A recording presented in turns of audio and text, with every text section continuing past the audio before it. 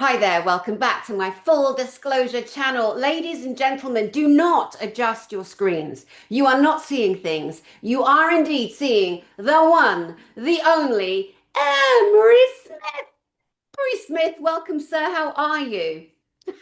I'm doing great, Danny. Thanks for having me, Danny. I've been looking forward to doing some small chats with you to get to know each other better. And thanks for reaching out. We've been on and off for the last couple of years trying to play phone tag. And as you know, I'm extremely hard to get a hold of. You are so hard to get hold of. You really are. But I'm glad to have you on my channel now. We've been fiddling about. The lights keep going on and off, guys, and we're just going to put up with it because there's interference coming in. And as I always say, whatever, Trevor, onwards and upwards we go. So, Emery Smith, just for the people that may have never heard of you, and I'm sure because you're very well known across the world, very well known in America especially, and certainly on Gaia TV, where a lot of people first came across you. Please, could you give us a current synopsis? The lights keep going on and off the whole time. Give us a current synopsis on who Emery Smith is, where you grew up, and anything else that you would love to share with the beautiful audience that will see this. Yeah, well, just a regular guy here in America. I grew up in New Jersey, New York, and my parents at a young age bought a farm down in Southwest Florida, Fort Myers, Florida. And I consider that kind of my home because I graduated high school there. And that's also where I went into the auxiliary of the Air Force at a young age and did Army ROTC as well. And grew up in a really great household with, we were a self-sustainable farm.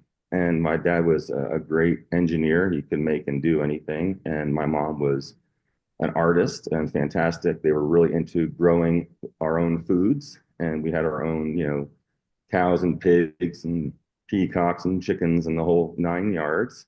And of Wow. course, that was my job to get up at 5 a.m. and fill all the water jugs up at the well with fresh water for the family and for the animals. And I got really tired of that. And I was just saying, like, why do I have to do all the water? And my mom says, well, it's because you're an Aquarius, and Aquarians have to do the water for the family. So I was convinced at a young age that since I'm the water bearer, that that was my job. So Uh, she was kind of being funny and tricking me to see that this is a prestigious position, and it is. Later on, I found out in the world. So that being said, I was visited, at a very young age. I think I was in probably first or second grade, and we had a lake in front of the house. And I remember it was probably, I don't know the exact time, but I went to bed early around 8 a.m. I think it was around 11 p.m. from what I gathered from my parents that I was awakened. And in my hypnagogic state, I was told, hey, come outside. We got to talk to you real quick. Kind of that message. And I went outside, and we have about 150 feet until the lake is there with a dock in front of our house. It was really beautiful in the middle of nowhere.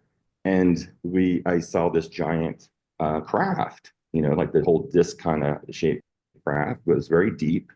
And I saw a window with a couple of beings in it, and they were like downloading me, and we're having just casual conversation. And it was just for me, I wasn't scared. I felt like, oh, this is like some sort of family coming to visit.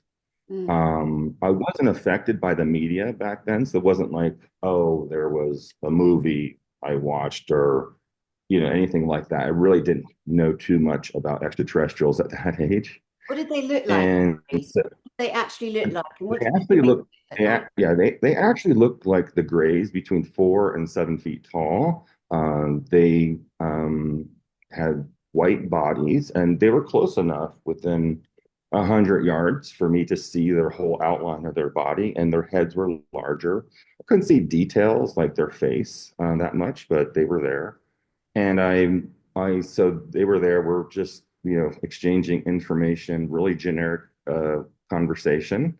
And I was really happy. I actually was excited. And there was this love and excitement in the field of energy. And there's definitely was some static energy there because I remember my hairs were standing up and I felt this humming, this low vibrational frequency hertz humming. Yeah, confirmation complete. This is not a sideshow with this light thing. It's hilarious how it's doing this. Wow. And so I walked back. So they were there and they left, and I went inside and I knocked on my parents' bedroom. Very, of course, excited. Now I'm up, energized, young boy, and I went in. They were sleeping. I woke them up. I said, "Hey, you guys got to come out here. We have some people out here that came," and they're like looking at each other, looking at me like, "What kind of people?" And they're like, "Well, they're in this spaceship right above the lake, and I think you should come out here. This is, pretty big deal." And they go, "Well, that's okay." And they said, you know, "It's all right that you know they're there." They said, "Yeah, we understand. Just go ahead and go back to bed." And I was like, I was very confused, and I said, "Well, don't you want to see them?" They said, "No, no, we'll talk to them later, but just make sure you don't mention that in school tomorrow. It'll be our little secret kind of thing." And I said, "Oh, okay." I really respected my parents and I went back to bed. So it was after that stuck with me. And it was later on in life, I found out that they knew a lot about extraterrestrials and UFOs and crafts and life beyond the planet and the universe, but they never would speak about any of that stuff. And I didn't really find out the information about that until after, with home on leave, I think after a couple of years of being in the military and being part of these clandestine projects. I was actually supposed to go into the Army. I got a scholarship to fly Apache helicopters, but I really wanted to be a pilot in the Air Force and fly the F-15 Eagle. That was my goal. I did get my pilot's license at a very early age. Started flying when I was 13, and that was through the auxiliary of the Air Force that my dad introduced me to. And most people know that as Civil Air Patrol. They're a search and rescue organization that takes on, young kids that are maybe going into the military and teach them how to fly planes. And you can actually get your license for free. So a lot of kids out there, I highly recommend, or your children, to go ahead and go into that. They're very large, they're all over. Back then, there was only a few of these squadrons available in different cities. So after that, in school, probably around my sophomore, junior year, um, I was called to go do the ASVAB at MacDill Air Force Base. And this is a test. It's like a SAT test to find out what you're good at, you know. And I went and did that test. And it was right after that test that I was basically going back to MacDill Air Force Base quarterly to take other tests. I noticed my friends weren't going back and forth like I was. I didn't think anything of it. My father signed off, on all the paperwork that I was allowed to do this. What that means today, we're not really sure. A lot of people are speculating that I was picked for a reason. A lot of military advisors that I now know say, yeah, sometimes we do pick certain people for certain things that we think they might be really good at. And I ended up actually going medical. They enticed me to do medical, which I loved science to begin with. I love medical. So I went into the medical aspects, and one of the programs they had there was a surgical apprentice program, which is a very extensive program. It's kind of like a surgical technology program that is on steroids. And after completing that, I then went to surgical first assist school and started getting deep into that type of environment. I later became a surgical first assist instructor for RNs and for physician assistants while in there. But I was approached by my commander to actually do some moonlighting positions. And what that means is after you do your 9-hour day of regular work in your specialty, you would then go do extra work and get paid extra money. And I just love the whole thing about extra money. Here I am, 19 years of age, and I really need to get that Honda CBR 600 motorcycle. It's a joke. This is the mindset. And so I, thought I was going to do this job for harvesting, organs from fallen soldiers or from accidents and things like that because I was doing a lot of organ harvesting procedures in the military, not just at that base, but in other bases and stuff, and being part of life flight, where we ship these organs, from base to base for accidents and fallen soldiers. Um, and plus, I was of course in Desert Storm and Desert Shield during this process, which was another amazing event that sparked a lot of other interest that I had going on at the time. So they basically were asking me to come do this extra work, and this work consisted of dissecting tissues. Now, they didn't say what kind of tissues, and even though the tissues would come to me, I mean, it could look like a bicep muscle. It could look like a part of a brain. It could look like, it wasn't like a whole body yet. It wasn't like a whole appendage. And then I would dissect like nerves from the muscle and put them in this special container and it would go somewhere. And I wasn't really allowed to ask anything. So every pretty much quarter or half year, you get this um, you kind of proceed to another level of security. And the more, they can trust you and they watch you, and then you're not trying to sneak on cameras and, you have to really strip naked when you go through these facilities. And I was stationed in many bases, but the main one was Kirtland Air Force Base in Albuquerque, New Mexico. We also had another base on board. It was Los Alamos. Well, it's not really a base. It's a scientific corporation organization. And then I'm sorry, that was Sandia Labs, but Los Alamos Labs was also connected to that. That was really close. And that's where it started getting really interesting. So I had a lot of surgical experience throughout those years. So I know a lot about the human body. It later led to full body autopsies and also autopsies on craft, because a lot of the craft that the extraterrestrials flew were part of the craft. So the ETs both had the same genetic makeup and same DNA, which it was fascinating. Which later on I found out how that all works. And if you watch my shows on Gaia TV, Gaia TV is a fantastic platform to learn more about, how that happened and what I did. And you can go onto my website, emerysmith.co, and click on that link.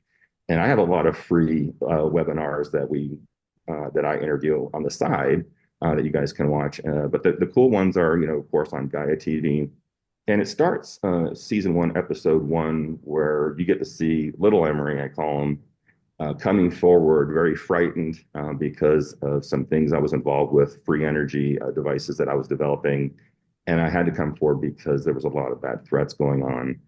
And it was a very scary situation. So I was convinced by one of my great colleagues to come forward. And for the whole time, I was, in that field.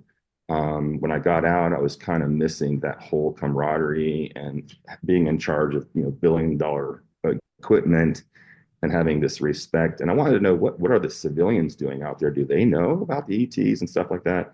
And then I found CSETI, the Centers for Research for Extraterrestrial Intelligence.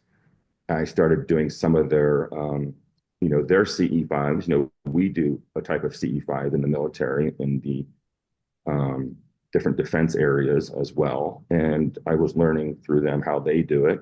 And I wasn't a spy. Everyone's like, oh, he was a spy. I wasn't a spy. I was just trying to figure out, where everyone was at that time. And it was a great experience. I became vice president of CSETI for many, many years with Stephen Greer and that group.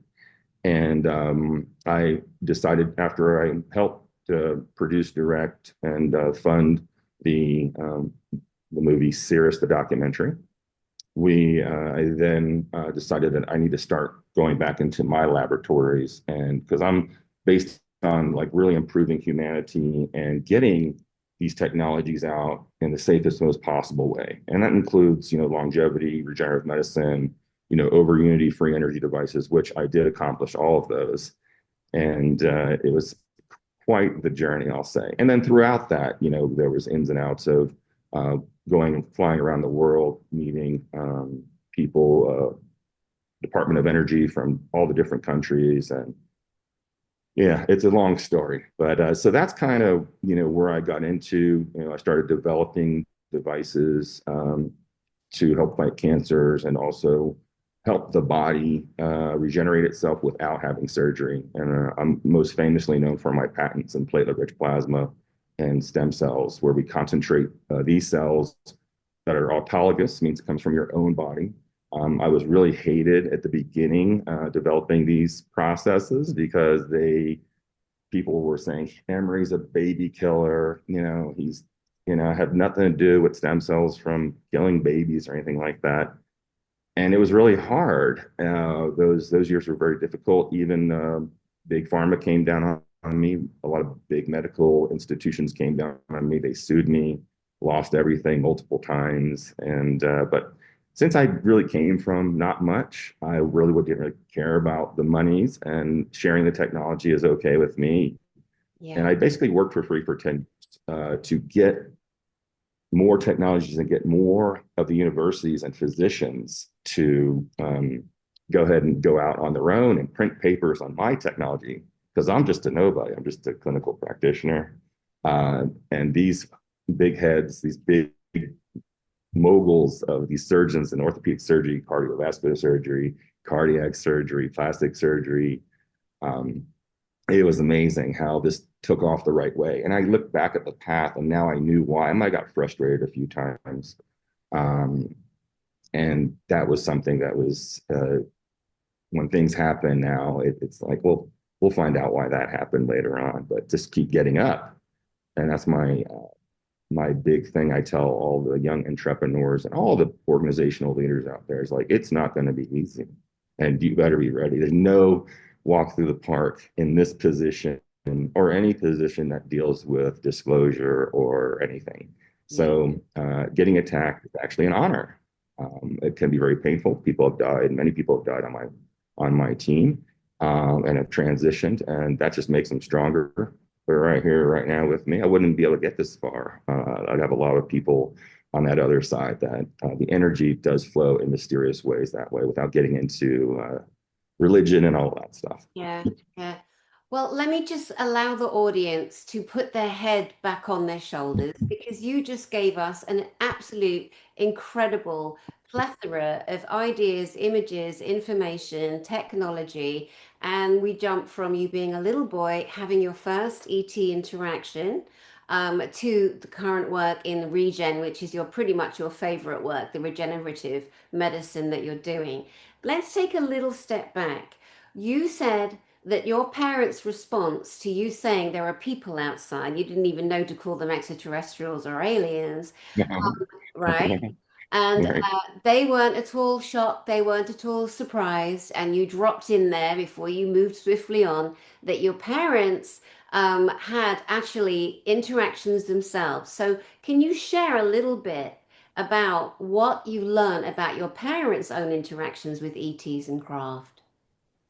Well, I know grandfather was in the army. My father was in the Navy, and he was part of some intelligence. I'll just say some intelligence missions that dealt with looking for submarines off the in the Atlantic Ocean.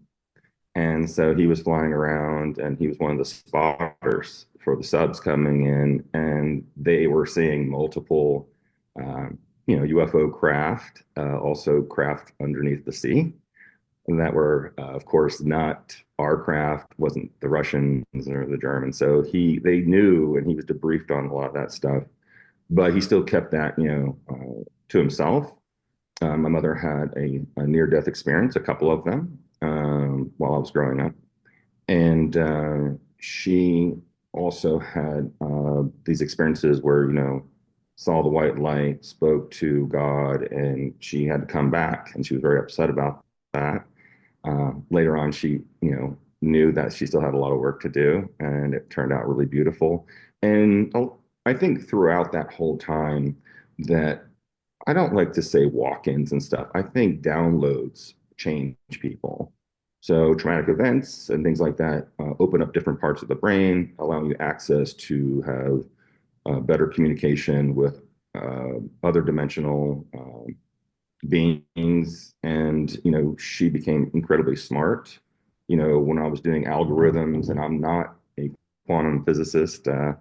I stand on the backs of a lot of quantum physicists, and I've learned a lot, this past 20 years on physics. And it's fascinating. So I was writing algorithms when I was doing the over Unity free energy devices in our my laboratory. I have a 50,000 square foot laboratory that was funded by my platelet-rich plasma stem cell projects, which no one knew about except a couple of the scientists that I was working with. Wow. Including the Bedini brothers, which they killed the Bedini brothers while they were helping me. That's unfortunate. Nobody talks about it. They both died in the same day. That's a whole other story that needs to be told. God bless them for what they were doing. May And so, may I ask go you, ahead. may I please Mhm. ask you who these lovely men were and what they were working So on? the Bedini brothers they were basically had a website and teaching you how to make, perpetual free energy. But they weren't telling the people, oh, well, here's the whole instruction book. And they were visited by the suits. I was visited by the suits, and they were like, Emery, what are you doing? You can't do that. You can't do that. But I was a big asset, still was. I still am today. And, I did cause a lot of trouble throughout my years and used up my 10 get out of jail free cards with the military, with the government. And at the same time, there was part of back then when I was working with the Bedini brothers. So they were really going out and really helping people, trying to give them hints how to complete it. So they told the Bedini brothers, they said, you better not hook this up to any, grid. You better not teach anyone this. And they knew what they were not supposed to do and do. However, when they were talking with me, and everything's recorded, we knew we are being watched, but we weren't trying to step on any toes.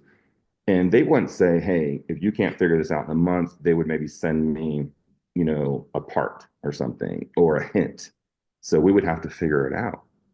It was this giant, exciting puzzle. Hmm. And, at the time I was very energetic in that field and wanting this so bad because while traveling, around the world, and I also was shooting for Discovery Channel and National Geographic. I was doing some underwater photography for Manny Puig, a free diver, and David Weathers, who brought me into this, and God bless him as well. And these people, seeing the oceans and all around the world, and seeing the contaminants, and seeing how the acid rain affects the rainforest. I mean, it really got me, and it was all because of the energy problem. And this, I knew that I was able to do this. I knew I could do it. I was manifesting it, and everything I dream of and put on board always comes true in time. And much sacrifice is needed for that for all of you young scientists out there. But I don't care what people say. I had family members that I could never do it. I had friends that I could never do it. I did it all. And you're going to have people out there that don't really believe in a lot of things that you believe in, that you've experienced, and that's okay. And you don't need to harp on that. I think just following that path and staying on the path, and when you get knocked down, you get back up and you keep going, no matter how hard it is the most important thing. I love Rocky, what he says in his movie. It's going to come at you really hard, harder than anything you've ever seen. You're going to lose a lot of friends, a lot of family, a lot of animals, pets. I lost a lot of pets during this that were killed on purpose. They told me they were going to kill them, and they killed them. Even though I was very egoed, I was very wealthy at one time, and that got to me, and I got knocked on my feet and lost everything, and that was a great experience. And rebuilding that was more fun. And if I didn't go through that experience, I wouldn't be right here talking to Danny right now and all of you who are listening. So that's a blessing. And so there is a lot of ego involved when you're dealing with megalomaniacs, Mm-hmm. sitting at the table with some of the strongest, craziest lawyers and politicians, and most importantly, these corporations from aerospace and from energy Mm-hmm. and big pharma they're their own entity. Like they have their own hit teams, they have their own aircraft, they have um, their own clandestine. They work above the law, and they have a lot of technology. So you have to respect that, and you got to work with them. So I found that out, to And it's like a feng shui thing where you're coming in and tai chi where you want to use the energy of that person and help them get to where they need to go too, because they're just a little bit clouded because there's so many ideas. But when they're stuck in one spot trying to make lots of money, there's a lot of greed involved. That's an addiction. A lot of these people, they're hooked on actually control, and it's a disease. These megalomaniacs, I really believe they're addicted to the dopamine release of privately, secretly controlling masses or individuals that are targeted for fun, and they get off on that. So that's something also that goes into maybe another level above them, like reptilians and others that have a different agenda. But the timelines are constantly changing, and you can change the timeline right now just by, I'm talking to you. I'm also giving you a download with my voice at the same time. So there's a lot going on around the world that you can take information and you can actually direct many multiple timelines. So I think that's another good positive thing for all of you out there is it doesn't have to be set in stone just because someone wrote a letter or posted something online. That can easily be thwarted into a different positive state. Take everything that comes out at you negative or someone coming at you negative. Go ahead and bless them and move on and ghost them and get them out of your life because they're not of service. They may have helped you get to a certain spot, but you're going further than that. Mm-mm. It's so interesting again, raising so many different points that, we really need to just take a moment. And I know that you don't have much time because you're getting back to another patient very soon. But it's so important, like I was saying to you earlier, that we can see now in 2025, really see clearly the people that want disclosure for humanity, the people that really do want all the great technology that's been withdrawn and held and kept from us because Big Pharma gets in the way and all the things we were talking about earlier. And the audience know that. They're a very brilliant, clever audience. It's like our joint friend, Yes, yeah. David Adair, who spoke at our last GISIC last year. Beautiful man. I know you spent many, years working with him and we love him. We love you, David Adair. And he told me, Danny, I can tell you the exact location of the giant hangar where the actual cure for diabetes is that NASA shut down and held back. And people go, oh, NASA would never do that. Of course they would. They did. They have.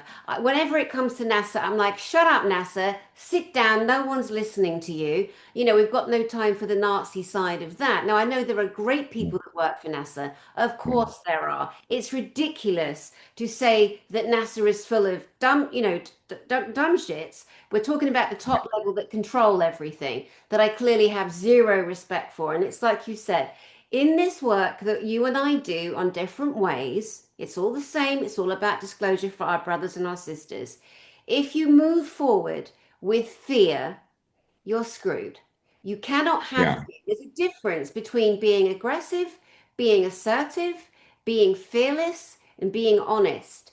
And there's a frequency when you come from that place where you find other people, like you and I found each other. I found JP, I right, found Tony Rodriguez, I found Elena Danan, I found Alex Collier. We all found each other because we're all singing from the same song sheet. And that is so, so right. important. I want to ask you a question about the ETs that you witnessed when you were a little boy. You mentioned that Sure. I think they were grey. Now we've got tall Mhm. whites as well that are mentioned. So can you be clear on what you actually, after all these years now, what did you actually believe that you physically saw? Well, as you know, now I know they were our turn actually. Our turns come and it's kind of like saying this, Danny. Oh, you're from Earth. Okay. You're from the Milky Way galaxy. Okay. Well, they all don't look the same. Do you think every human looks the same on planet Earth? By the way, I gotta have my Nano blue. This Let is something we'll talk on full about. screen. This is one of the greatest inventions. The blue drink. Right. Tell The us about Nano blue. tell us about that quickly and then go back to the Uh, ET, please, the Arcturians. So we'll do the ET. Let's get the ET. So later on, I have a lot of connections with the Arcturians. And what had happened was when I started going into meeting these extraterrestrials face to face and also working on their bodies and their craft. I was had a better idea of, oh, this is that race, this is this race. Like I said, look at us humans. We come in all different colors, all different shapes and sizes, and so do most of these races. Not all of them. Some races, they all look the same, but it's like Asians. Not to pick on Asians. I love Asia. I lived in the Philippines for many years. And the thing is, you could see, like, I know someone that's Korean looks different than Chinese, that looks different than Filipino, that looks different than Cambodian, Laos, and even Thailand. And they're all the same in the same area, but they have certain genetic distinct eye sets and the face. And that just comes from me working with genetics for many, many years and learning that. That was another hobby I did because I was so fascinated, not just with humans, but the animal kingdom and, of course, the extraterrestrial kingdom. Which sparked me to become completely obsessed with this because I just couldn't believe what I was seeing, and a lot of not a lot, but of 3% sometimes of things I were operating on, believe it or not, were fake, and they were put in there just in case one day I would go public, which we're talking about, I didn't go public for 25 years and didn't plan to until my life was threatened. So I think these beings that did visit me and maybe downloaded me with something to activate at a certain time in my life helped guide me to where I am today. And I do believe it was the Arcturian race, um, that that was the ones responsible for that visitation. Don't forget, they were working in conjunction with a lot of different. We call it the Galactic Parliament, by the way. We don't call it the Federation. But this parliament that's in charge of protecting us and making sure we don't blow up the planet and allowing us to fall on our face, which they have to. They were us once before, so it's not like they can come down here and give us all the amazing gifts. It's more like, here's a tool for you for your next, invention, or like Tesla, there were certain things he was downloaded with and other amazing scientists throughout the millennia here that came forward with things that they really weren't trained on, like me too. I wasn't a physicist, but yet here I built something that creates energy. Uh, so this is another important thing to people to know, that you don't have to have a degree, you don't have to have anything. Everyone's gifted with some sort of something that you just need to find out what that is and make sure it's something you love. I love what I do. Everything I do, all my inventions, all my patents have to do with humanity and the earth. I don't make widgets. I don't do anything like that. I develop things that cure people. Cure with a K, by the way, not C. And that's a trademark name. Can't use that. Mhm. So you have to be careful and work with that. Even when I do my seminars online, when I go speak at lots of medical conventions, I can kind of say what I want. But even the AI on YouTube, I've been shut down multiple times, and a lot of other different platforms. You guys be careful of the words you say. So that's what. Getting back to the question, I know I jump around a lot, but that's kind of where I believe these extraterrestrials were from. Okay, brilliant. You mentioned Fort Myers, living in Fort Myers. Hmm. There is a Yep. strong belief that one of the reasons for the recent floods in the last couple of years, I think it was 2022, it literally chased me from Sarasota all the way to Orlando, where I was hosting my first JISC, Galactic Spiritual Informers Connection. And there was information that came my way that suggested that there was a dome that reptilians resided in under Fort Myers. Now, what do you know about this? Yeah, it's more towards Bonita Springs, and it goes out to the ocean there. The CIA has a base there in Naples, a facility that's underground too. And so they're monitoring that. That's been going on for forever. They have bases all over the place. I mean, there's reptilian bases and other extraterrestrial bases. And I speak about this on my shows on Guy TV. Then we also have other, scientists that have come forward, that I've put on my shows that, are showing, satellite pictures that are, very interesting. They're not really clear like this picture is here, but there's a lot of, for the layman's person looking at these, gives you kind of an idea that definitely there's something going on out here. There's large facilities and bases, of course, off the coast of Miami to Bimini, all the way to St. Kitts. And that's been already exposed. They don't talk a lot about it. There's a lot of shows on it. A lot of great military advisors are retired that talk about this in our, in our circles. So this has been going on for a while. And what we do is when we find one of their bases, we set up a base pretty much close to monitor them. Like there's a large one in the Marianas Trench that we've been watching forever.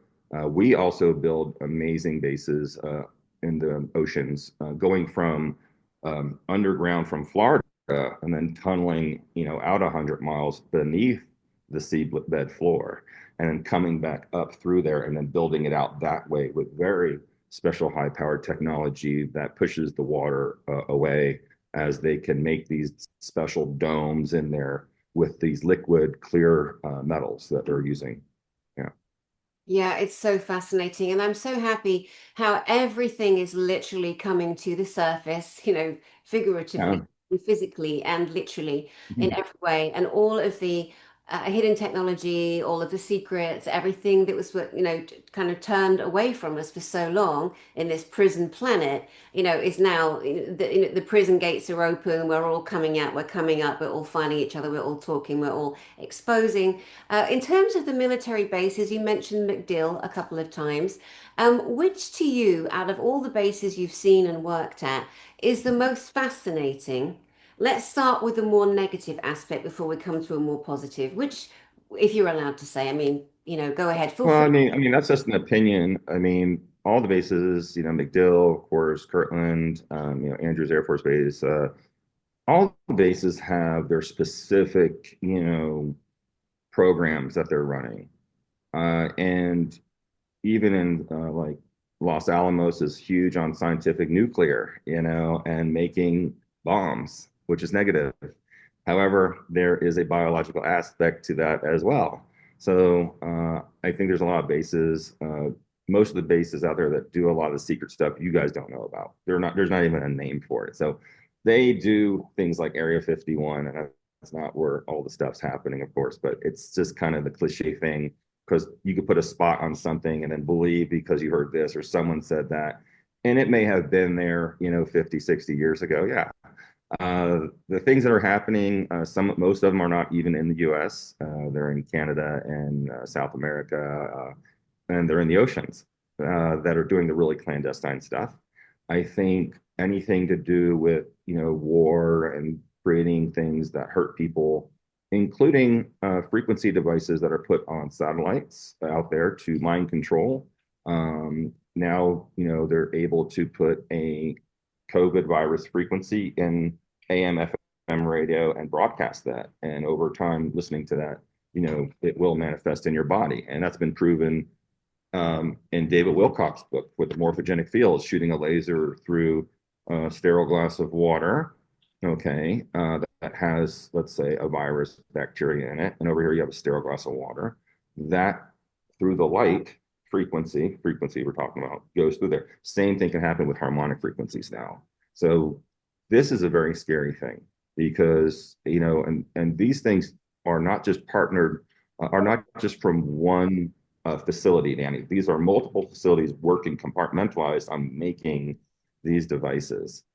So scalar infotopmetry has come a long way, and one of the, you know, there's a lot of books out there that you guys can, read up on this stuff. The scalar infotopmetry, we're looking at nonlinear systems. Like my healing system that I have invented is a nonlinear system. It's the same system we use on the James Webb Telescope. When we take a picture of a planet a light year away, we know everything that's on there. We know carbon, water, all the, palladium, all the different elements. So that's how they know from a picture, because the picture is giving off photons, and we have made frequencies to figure out which frequency of light that is. You might see white light, but that white light contains thousands and thousands of bits of information on frequencies. So I made a device that you can do that with your body. So with a hair sample or a fingernail sample, or let's say a picture, we can see all the different viruses, bacteria, helminths, parasites that are in your body, and then we can send frequencies in there to destroy them. And, not to get off the subject, but, we're doing a lot with, cancer patients as our specialty. I was diagnosed with leptomeningeal cancer on November 15th, 2023, and they gave me 2 weeks to live. And I'm a veteran. I already know the numbers. I was president of the National Veterans Rights Association for a while, so I'm really good with the numbers and getting that through my head. So, we decided, my wife and I decided, hey, we may get you back on the system back home. And that led me to the development of this Aquapharian Nano Blue, which is a nanoparticle zinc with methylene blue and about 100 other different things for processing with crystalline structures, holographic imprinting of the water. So we're changing the water into a four-state plasma water, but we're also imprinting it with a lot of amazing things. You can go to emerysmith.co and go to the cosmic market, and then you can see, this stuff, and you can get it there. It's great. It's an antibacterial, antiviral, anti-parasite, but it also protects the DNA as well. We have another one called Nano Emerald Green that's really fascinating, using calentrazines from jellyfish that light up in the Marianas Trench. So that is actually something that blocks EMF and protects the DNA. Would you like me to show it to you? Yes, absolutely. Okay. Okay, brilliant. Well, while you're getting that, can you still hear me? Oh no, you're on mute. Okay. Well, isn't Emery Smith an absolute fascinating person? I know many of you have seen him, have heard of him. You would have seen him on Gaia TV, which is for those that don't know, it's like a Netflix for science, um, ET contacts, technology, different things, different levels, different people giving their opinion on that show. And Emery has been a host and did many, many interviews with people from secret space programs and different layers and levels of technology. And so a lot of you would have seen him from those times, and a lot of you probably didn't know the depth and the level of his actual abilities and his inventions. And he's back, the one, the only Emery Smith. Go ahead, sir. So this is what we call a nano emerald green. It kind of looks like something you would put in your car radiator. So the team they have jokes for all my stuff. They call my nano aquafarine blue Windex. That's the secret here in the lab. They're joking about it. This one, look at that glow. Mm. Now that's from a black light. Look how bright that is. Um, So it holds light. It brings light into the body. Light is a great thing for healing. I learned about a lot of the colors of light in the super soldier programs that I worked in when we were trying to upregulate the body's own natural healing properties. So even with the light on it, it glows. This is probably not the greatest one, but you can see that, I mean, it is bright. Yeah. So this light helps, there's been a lot of studies we've done on this. You can see them online that other people have done because I don't trust in-house studies. Working in the medical field, I always make sure other people do studies. So they're saying it, not me.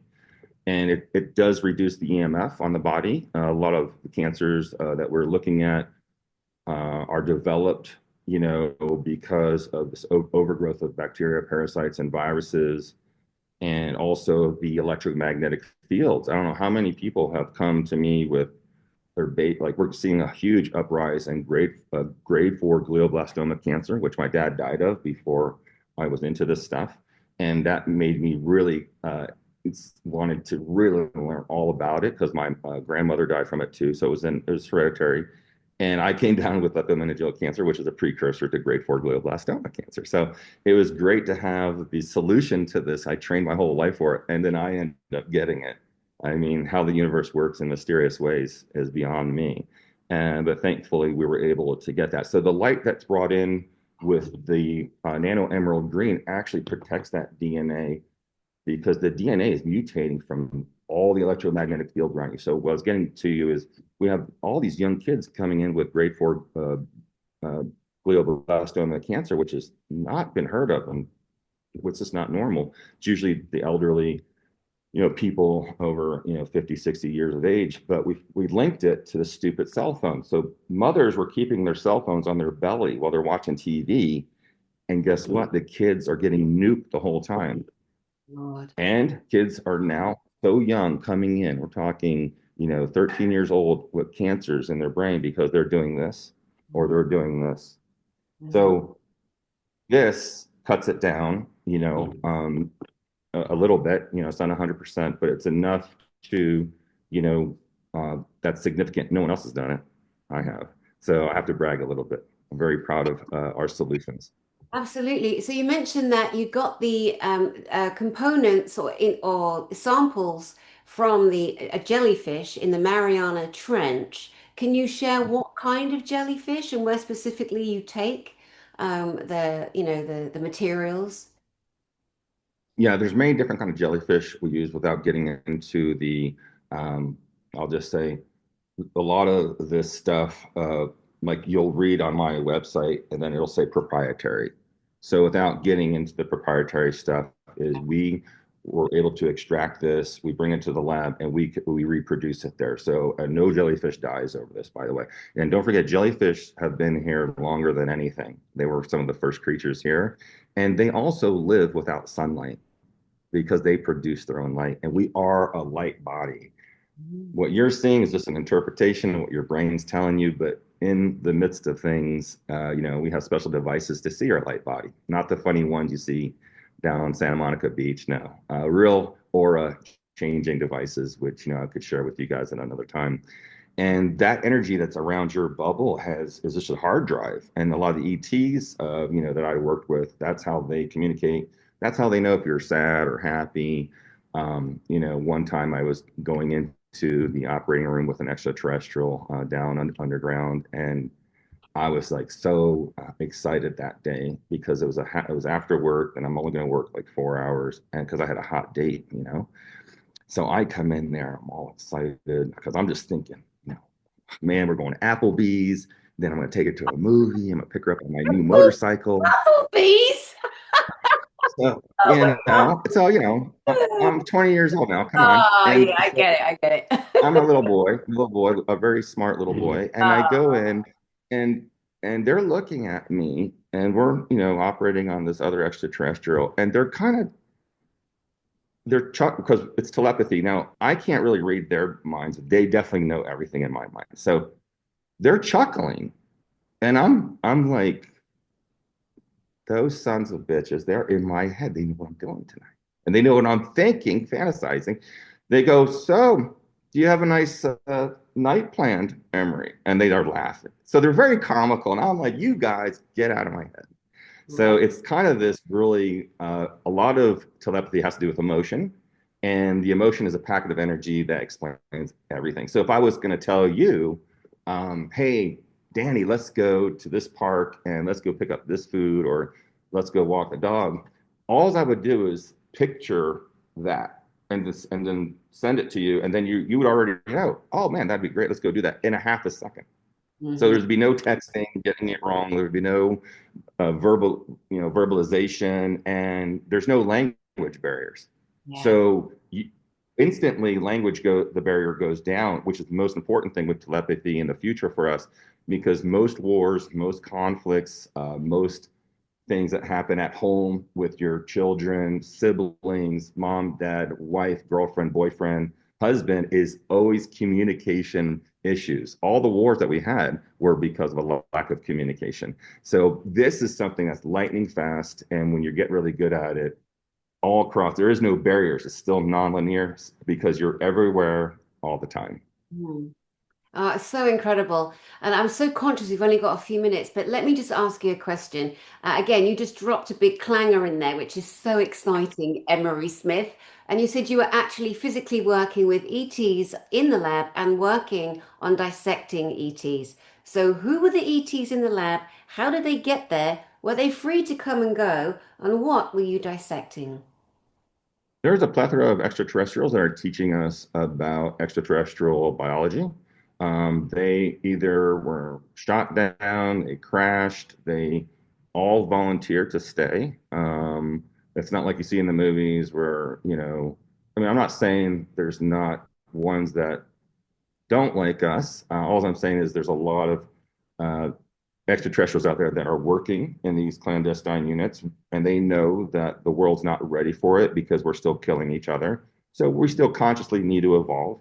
And there's many different races, including Pleiadians and Arcturians, and the ones you hear in pop culture. Yeah, they're all there, and they're working in different things. I was working mostly with Arcturians, Pleiadians, and some other ones. You guys call them Norwegian type, but most of them look like us. There's just some differentiation. They have more collagen usually in their nose and their ears. The eye sets are always a little bit different. And that's what gives them away. So if you work with them, like I've worked with all the different Asian community, you can pick out certain things. And with humans, it's the same way. So, we know our team when we're walking down the streets of New York, who's an ET, who isn't, and they're everywhere.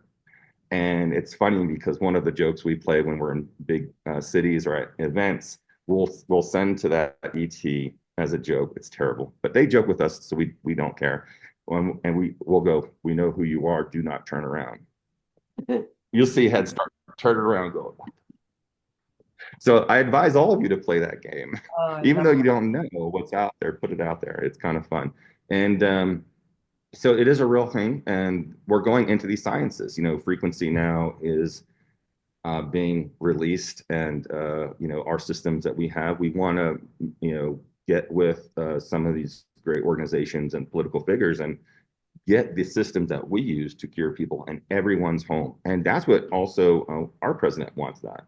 He wants you guys to become the ones to help yourselves. And I would grew up in we don't go to the hospital where I grew up. You get a nail, rusty nail stuck to your foot. We know what to do, unless there's some, life threatening thing, of course. Please call 911 for me if you see me on the side of the road. That is still needed. However, there's a lot of stuff that can be cured at home with these different types of devices, and also with solutions and other, So this new spaceship healing experience that we're developing and building out here in Las Vegas, that'll be completed here in a couple of years, has to do with not only treating people with all these modalities legally, but also has an educational university attached to it. So people, especially our children, we really want them educated on the new sciences of scalar and photometry, of the frequencies, harmonic and photonic, and how that could be manipulated. And also, how are they doing the bad stuff up with these satellites, projecting down? How are they getting these codes into the AM, FM radios? It's very fantastic and interesting things because that can also reverse. Just like when you get a group of yogis out on the lawn out there in Washington, D.C., and they're all meditating, praying for no crime and peace, the crime rate went down 70%. That happens all over. They do that over in Europe too. This is a frequency. A thought is frequency. And that's why it's very important to have good thoughts and not curse anyone. Just a curse word is called a curse for a reason. So you can really hurt someone. And it does. And people can actually become sick over it. So take a deep breath, be nice to each other, and spread the love, not the hate. And if you don't like something, I everyone in my field has some haters, and it's funny. And it's funny because I've actually seen some of these at the conferences, and I go right up to them, and they immediately become very cordial to me. And it's kind of interesting. I'm a big guy, and my energy is very loving, but I'm also, everyone knows, a beast, especially if you're kind of acting negative. But the whole part of it is, you don't have to watch me online. You don't have to listen to me. It's your choice to, pick apart or do this. And I teach this to a lot of my colleagues because I don't get affected that much at all by it, but I do see it happen to a lot of colleagues. And they are like, well, I said, it's one person, saying one thing, and so what? Life goes on, and bless them and let that. And usually, things happen to those individuals because they're just kind of getting recycled, I'll say.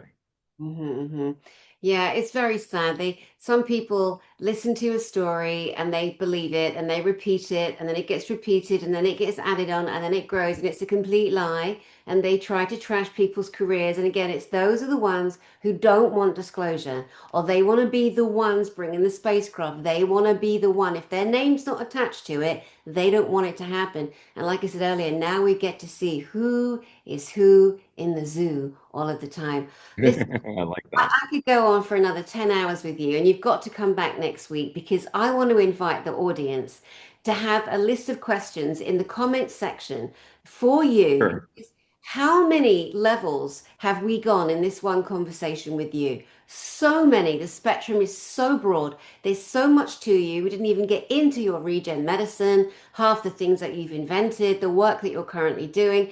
So I'd love to invite the audience to put forward questions in the comment section, not the live chat, guys, in the comment section. And then next week we'll come back and we'll get through as many as we can. What do you think? Sounds great, Danny. Let's do it. Let's do it. Let's do it. Mr. Emery, brilliant Smith. Wow, I know you have to go, but just give Yes. a final thought for the day for the beautiful audience to take away with them until we meet again. Yeah, I want everyone to know that you're exactly where you're supposed to be right now. And it is kind of chaotic everywhere. It's always going to be chaotic. You guys signed up for this. So let's watch this movie and let's be part of it. Let's not just sit back and watch. Get out there and let do something nice today. Go and dream something, go put your feet in the ocean or your bathtub with salt. Do something to ground, and that's easy as, a lot of you live in concrete worlds where, you don't get to do the grounding. Grounding is something easy enough as going out and getting a breath of fresh air, hugging a tree or whatever you guys do. And make sure that you're aware of, hey, I know this is going to work out. You lasted this long. Oh my gosh.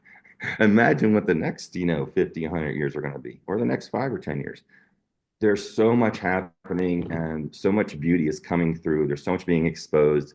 This disclosure has already happened, and it's got to happen in a slow, convenient way for us to adapt to it. I'm only as fast as, the slowest runner on the planet, and I got to take you with me, and I'm going to. So think about that.